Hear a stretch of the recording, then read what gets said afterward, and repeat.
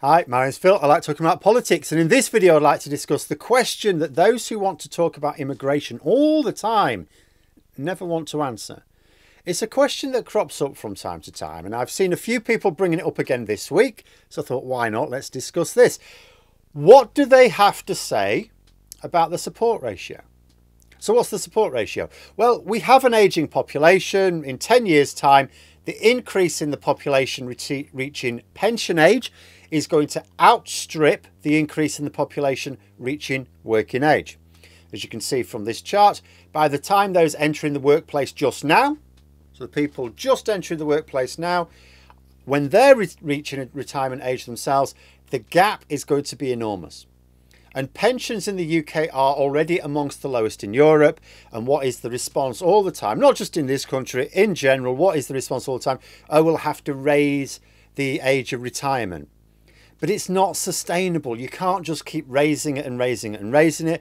And also, we're in a world now where there's going to be fewer and fewer jobs because of technological progress. You know, demographics are really not going to help. And the thing about projections like this is they're uncharacteristically reliable. This is way better than economic projections because everybody that is born as a 0-year-old baby. Like, you don't get people born as 20-year-olds. Which means that based on the birth statistics, which we already know, we can very accurately forecast the demographics of the country decades into the future, as long as an entire generation isn't wiped out unexpectedly.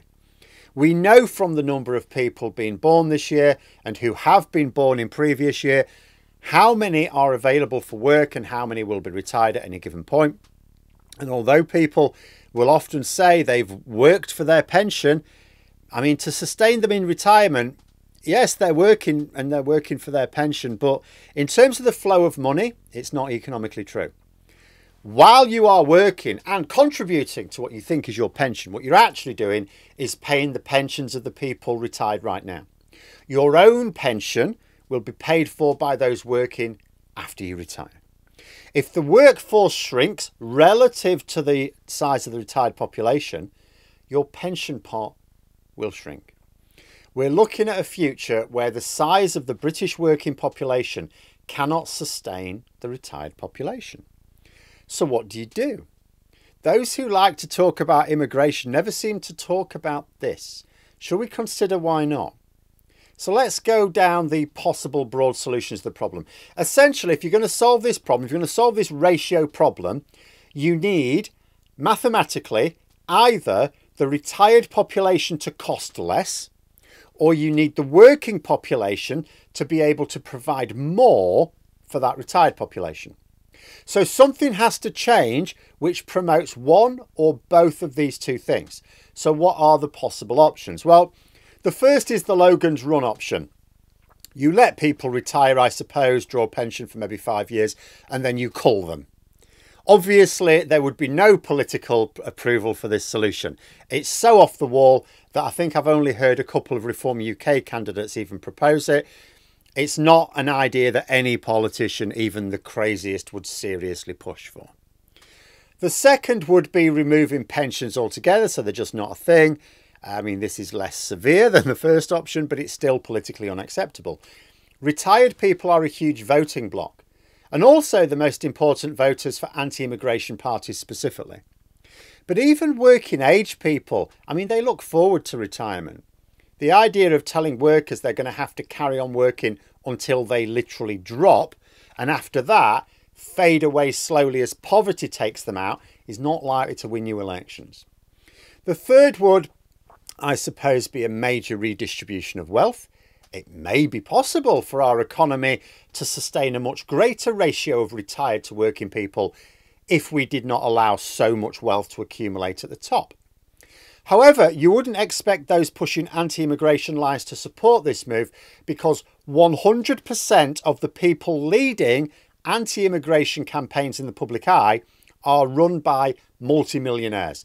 In other words, the people who are at the top and have and continue to accumulate that disproportionate level of wealth. So even if this were economically possible, which I don't know if it is, it's not something they want to push as a solution. The fourth would be to persuade the working population to keep pace with the retired population. Now, although some anti-immigration types do often say this, they'll say things like, oh, you need more children. They are also the first to criticise people for having children that they can't afford when the cost of living and poverty becomes a big topic of conversation. Exactly the same people. You'll hear the likes of Jacob Rees-Mogg saying, well, people should have more children. We don't need immigration, we need more children. And then as soon as someone says, I can't afford to feed my child. Well, why have you had children if you can't afford them? It would also require more funding for universal education and healthcare, which they also oppose. They also undermine their own arguments by opposing immigration on the grounds that the country is already overpopulated. So although they try to hint at this solution, they don't like to talk about it at length because it invites uncomfortable follow-up questions. Another problem with this argument, as half-heartedly as it's made, is that it won't change this forecast in the next few decades. At best, it may narrow things a little in about 30 to 40 years, and that's if all the aforementioned support for people actually having more children were to materialise, which it won't, because the same people calling for us to have more kids also attack us for having more kids and make sure our economy can't sustain people having more kids.